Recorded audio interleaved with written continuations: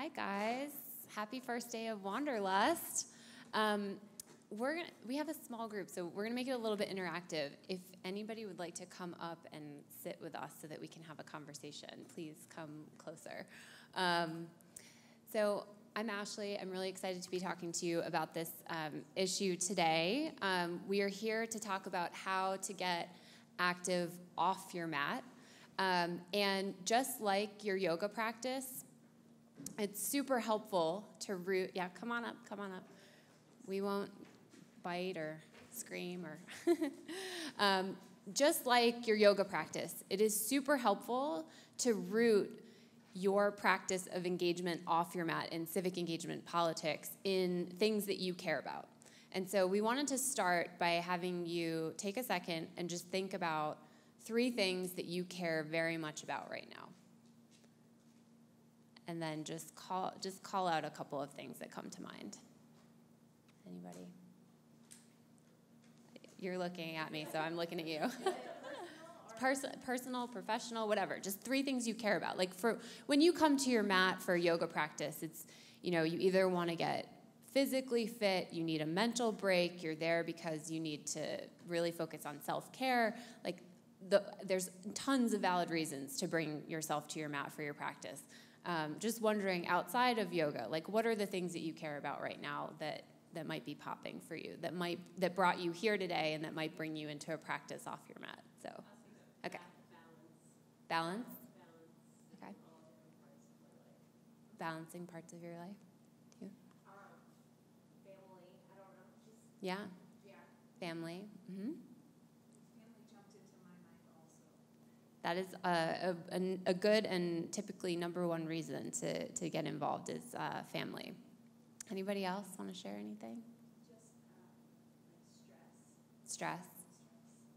Yep. Go ahead. The health, well-being, and future of our nation. Yep, that's right. Good. Nonviolence. I'm from the Detroit area, and we have a terrible childhood poverty level. Childhood poverty. So caring about your community at the local level. So I don't know how many of you, we'll raise your hands of the folks that spoke. How many of those things that you raised feel political? They don't always seem right overtly political. And then I would also ask, how do you feel just when I say the words politics or political, and we're talking about political issues? Anybody have like a first reaction to the word? Yuck. Anybody in the back? Yuck. Thumbs down. Anxiety. Yeah, it's a difficult moment that we're in right now, right? But all of the things you named, family, your communities, balance in your life, worry, anxiety, the future of our country, it's all rooted in the political, and there is a way to transfer our practice off our mat for this. And so, for me, I want to share that I've worked in politics for a long time now, over 10 years, and I've at various points had mixed emotions about being involved in. I've had anxiety. I have given it the thumbs down frequently in my career. It has felt negative. It's also felt really positive, and it's also had these really wonderful moments where you can see what you're doing having a real impact in your life. And I just want to impress upon you that this moment that we're in, even if it feels yucky, is one of the most exciting times, at least that I've seen in our country, in the political space, in community engagement, even here, we're at this beautiful festival on this beautiful mountain, coming together to meet new people and be in community with people that we want to practice with and share new experiences with. And there is a craving for that happening in the country right now that is so important to acknowledge. And I think you're seeing that play out in the political system too. It was a real wake-up call for a lot of people, the election results in 2016. But at its core, I think what the election showed was that people wanted to feel heard and be a part of something, and that they weren't feeling that way. And so despite where you may fall on the political spectrum, or how happy you are about the outcome, there are a ton of ways to be excited right now about engaging. There are more people engaging now than ever before. There are more ways than ever before to get involved, and there are more reasons. Personally, I feel that way, but I think most people are having that sort of awakening to the more and more reasons to get involved, and it's exciting. And it is, as we've acknowledged, yucky. It's divisive. It's polarized right now, and that's why I've invited Rachel Brown, one of my friends here today. She is actually an expert in diffusing polarization. She's worked all over the world in other countries that have come into these situations that have been really polarized, and I wanted her to share a little bit about why it feels so hard right now to engage with other people and engage with our emotions around politics, and how, and then we'll talk a little bit about how to move past that and some practical tips for really moving the practice forward. So I'm going to turn it over to Rachel. Do you want to? It's great to be here with all of you, and I think I'll start by talking to you a little bit about how hard it is to change people's minds, especially when things are polarized, especially when situations are polarized and people are backed into their corners and feel like it's very us versus them. It's always hard to change our minds, especially when we have core beliefs that we hold as really true for ourselves and as part of our identity. We actually experience it as a psychological threat when someone tries to change our minds about something that we really believe in. And so we mount all these defense mechanisms. We don't want to believe it. We don't want our minds to be changed. We start counter-arguing.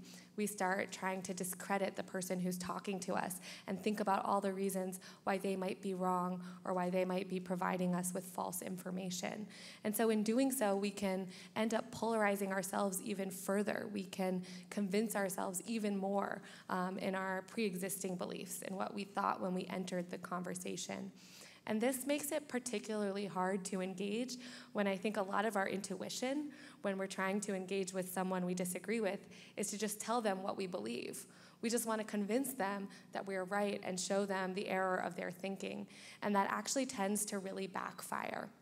And there are different ways to engage. And there are different ways, once we understand that challenging someone's belief or their sense of self feels to them like an actual threat and feels to us like an actual threat. We can first of all become more self-aware when we're engaging in those conversations, become aware of our own motivations to defend our beliefs and start to check that. But we can also start to engage in more creative ways by using things like storytelling, by trying to listen to someone first and understand what matters to them, and then share things in the terms that matter to them. And we can also avoid engaging in what feels like attacks and try and make somebody feel secure before we start to engage them. So I want to give an example of one of the more divisive issues that I've come across in my trainings of political people. And it has to do with pancakes versus waffles. I find people fit pretty firmly into one category or another. And how many people here are pancake people? Like if you're on the spectrum, all right, and waffle people?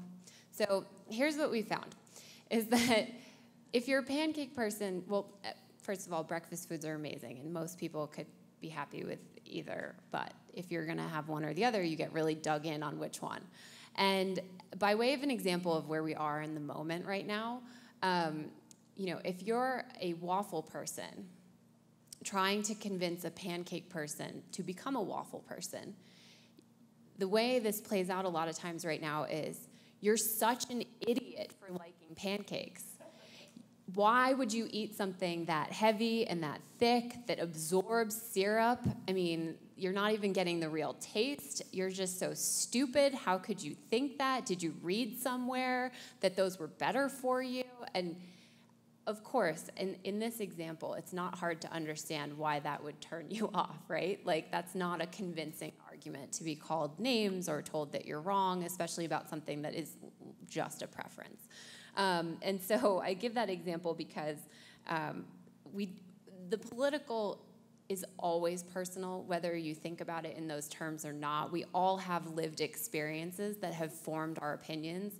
And it's not to say we're not open to be persuaded, or that once in a while you'd like a waffle over a pancake. But it is to say that we have these beliefs, and we kind of dig in on things that are important and aren't really important. And there are tactics for the important and unimportant that help bring along conversations. And so Rachel is going to share a couple of tips for how to appropriately move someone from a waffle to a pancake, or pancake to a waffle position.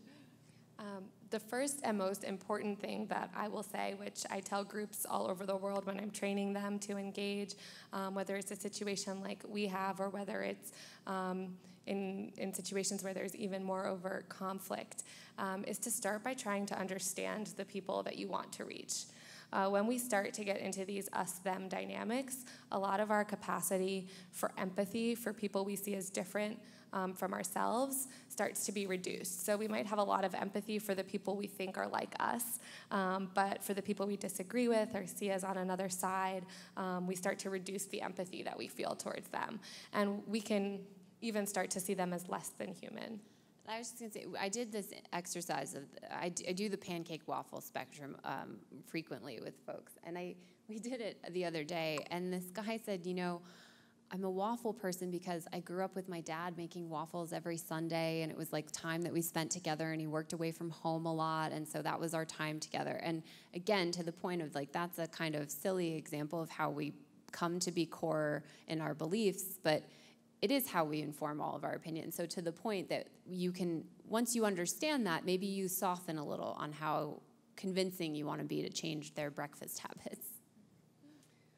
Yeah, exactly. And I think one of the things that when things become polarized, we become really at risk of is really starting to see other people as, oh, they're stupid, they just don't understand, they're not as human or as evolved as my group is, they just don't understand the situation.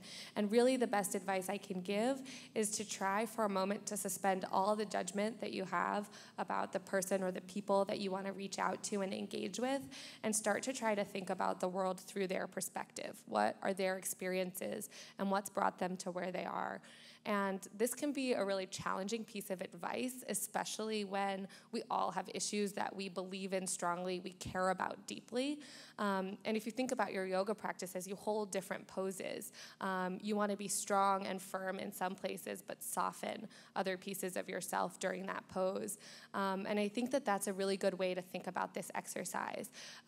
Suspending judgment and trying to understand where someone else is coming from is an exercise that's it takes softness. It takes easing into the pose and really trying to see the world from their perspective. And it's going to give you the knowledge and the tools you need to learn what matters to them and engage with them. You can still at the same time stand strong and firm in your beliefs and values as you do that. And it's so important to understand, like, it is a practice, right? We live in a country where every citizen's individual voice matters in forming what the collective group of us do. And so having these difficult conversations and pushing yourself to an edge in your community is really important to do.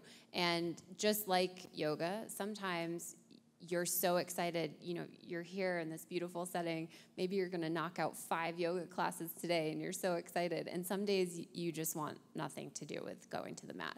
And it is a practice to stay engaged. And it's I hate to use the word responsibility because I think that that's not a persuasive argument as to why you should be engaged as a citizen, but it is how you end up having control over the system and making sure that you are represented in it, which is really important. And so to that end, there are a couple of ways to be engaged right now that are really practical. And one of them, we've been talking about through these difficult conversations, it is actually having difficult conversations. I'm sure, does anybody here have anyone in their family that you do not agree with politically? Perhaps you call that person like the crazy in-law or the crazy uncle or the crazy aunt at Thanksgiving dinner.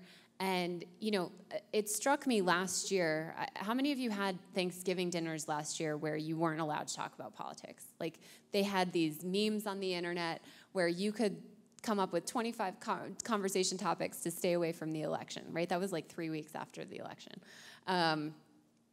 Those conversations are actually really important to be having, and I don't mean pushing yourself into a place. It's just like yoga. If you can't get into crow, don't get into crow, right? Like, you don't want to hurt yourself. Doing something that stretches beyond well-being for you is not good.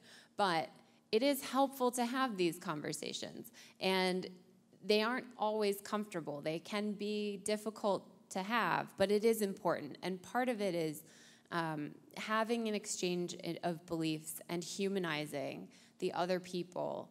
I certainly have members of my family who voted in a way that I think is not great for the country, but I try not to ascribe crazy or chaotic or racist or, horrible, awful humans to them, so that my hope is that, like, I will bring them along. I have worked at national organizations for years now, responsible for communicating with millions of people in this country, and I feel if I can't communicate with someone individually in my family, I shouldn't be allowed to do that, right?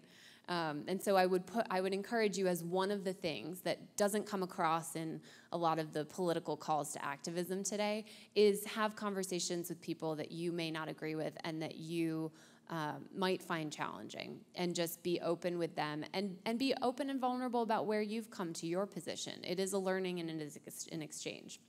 The other things are, a lot of people are feeling in this moment that they weren't active citizens before, and they want to know different ways to get engaged. One of the most important things is, like, if you didn't do anything political before, maybe you never voted before this year, welcome to the party. Like, we're so happy to have you. And I don't mean political party. Like, being involved in the country is an awesome thing, and being involved in your community is awesome, and taking a role, an active role in it, is incredible, and you deserve to be applauded for it, regardless of when you came to that realization. So first and foremost, welcome. Don't let anybody tell you otherwise, and don't let anybody shame you for just starting. And ways that you can get involved. The first, and I think the most important, is know who represents you.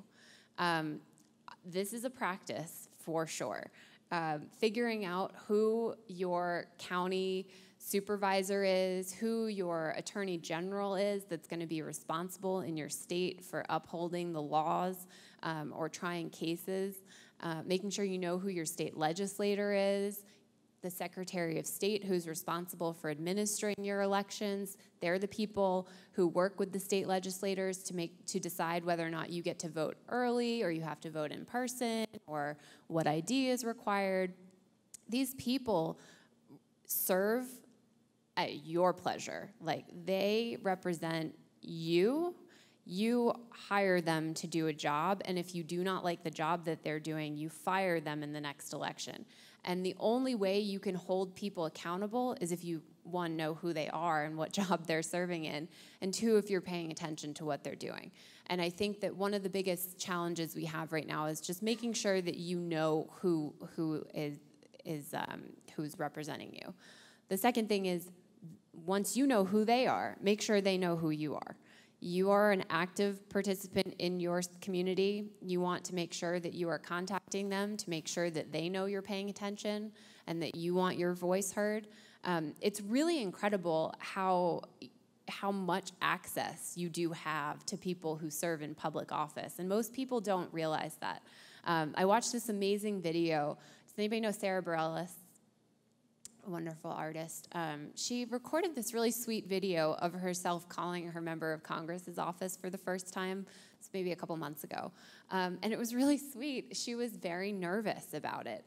And I wish that my message to Sarah Bareilles and everybody else doing it for the first time, or doing it, going to meet with folks the first time, again, they work for you.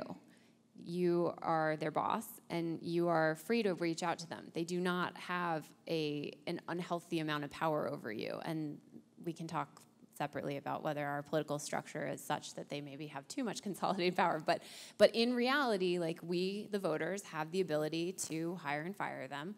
we should make sure that they know when they're doing something that we approve of or we don't approve of. And I say approve of first and foremost because I think it's really important to call out people who are doing work that you do approve of and that you do support. And I say that regardless of party lines. If you are a hardline liberal Democrat who cannot stand anything that the Republicans do, and you see a Republican elected official in your state, at the national level, wherever, that does something that you're happy about, and encourage that. We are in a moment where that, in terms of polarization, to Rachel's point, making sure that people understand that you are free to speak out and just be laudatory of people doing something that is good. We need to encourage more good behavior amongst our elected officials. And you gain so much credibility being able to say, I'm not loyal to one side or the other. I'm loyal to my community, my values, the issues I care about, and the country. So I recommend that. Participation, should you have time, look, making the quick phone call, that's a low barrier to entry. If anybody here commutes to work, do it on the way to work. If you have some extra time, just make sure to stop by the office, go by and visit. Meet the staff that work there. They're super young, super excited to be serving in government, again, regardless of party affiliation. Go in and meet them.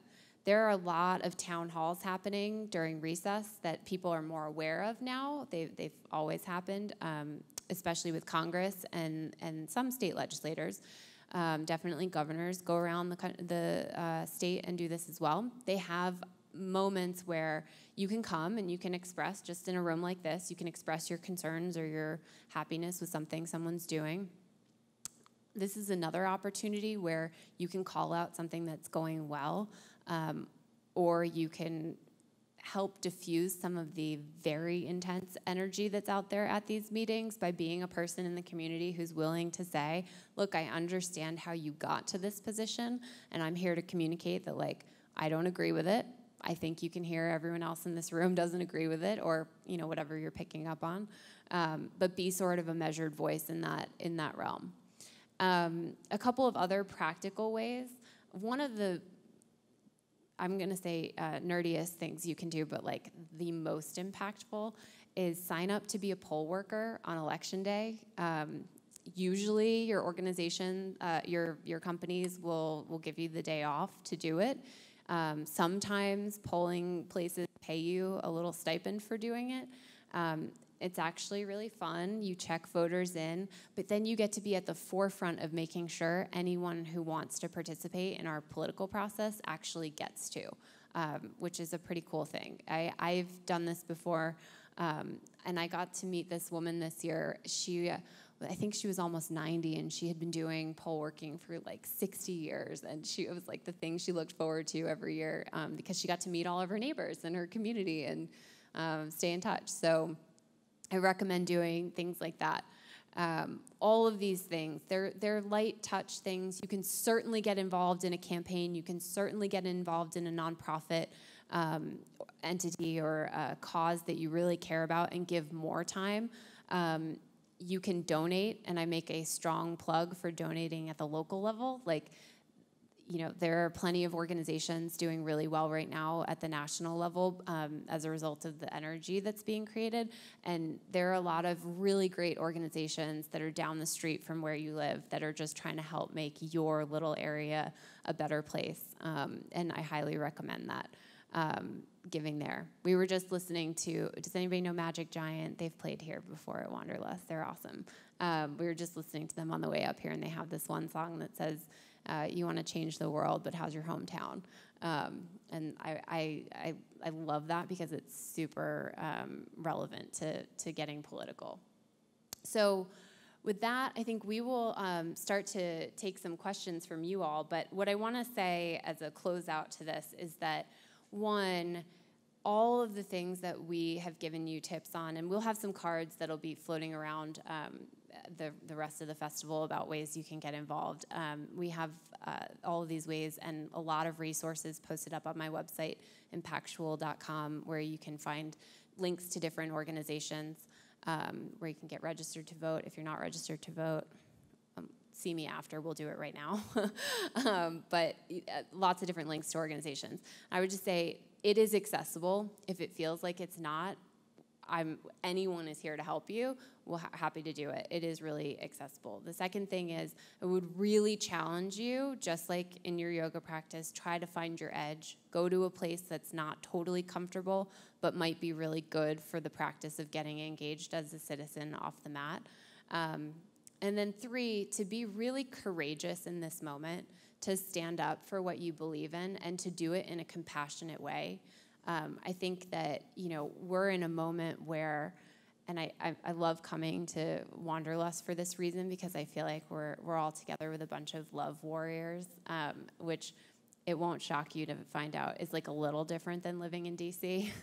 But it's just such a beautiful space. Like, we have to take, we're at the start of the festival, as you fill yourself up here this weekend, and you get all the energy you need to go back into the world, just take it with you. Hold on to it as long as you can. Take your self-care the way you need to hold on to it for the rest of your life, and put it back out into the world. It seems so simplistic to say right now, but it is so important. I think about, all of the terrible things that we watch happen in the news all the time, and what a beautiful thing out of a terrible tragedy in Portland, Oregon, for example, where those 2 young men were murdered by someone spewing hate. But like, the beauty in standing up for another human and trying to put love into the world. And the young man who survived, the first thing he said was, we need to think about these women that were being harassed. Like, the more you can do to just insert as much positivity into this universe right now, the better off we'll be. So we'll leave with that and open it up to questions. We're happy to answer any that you have.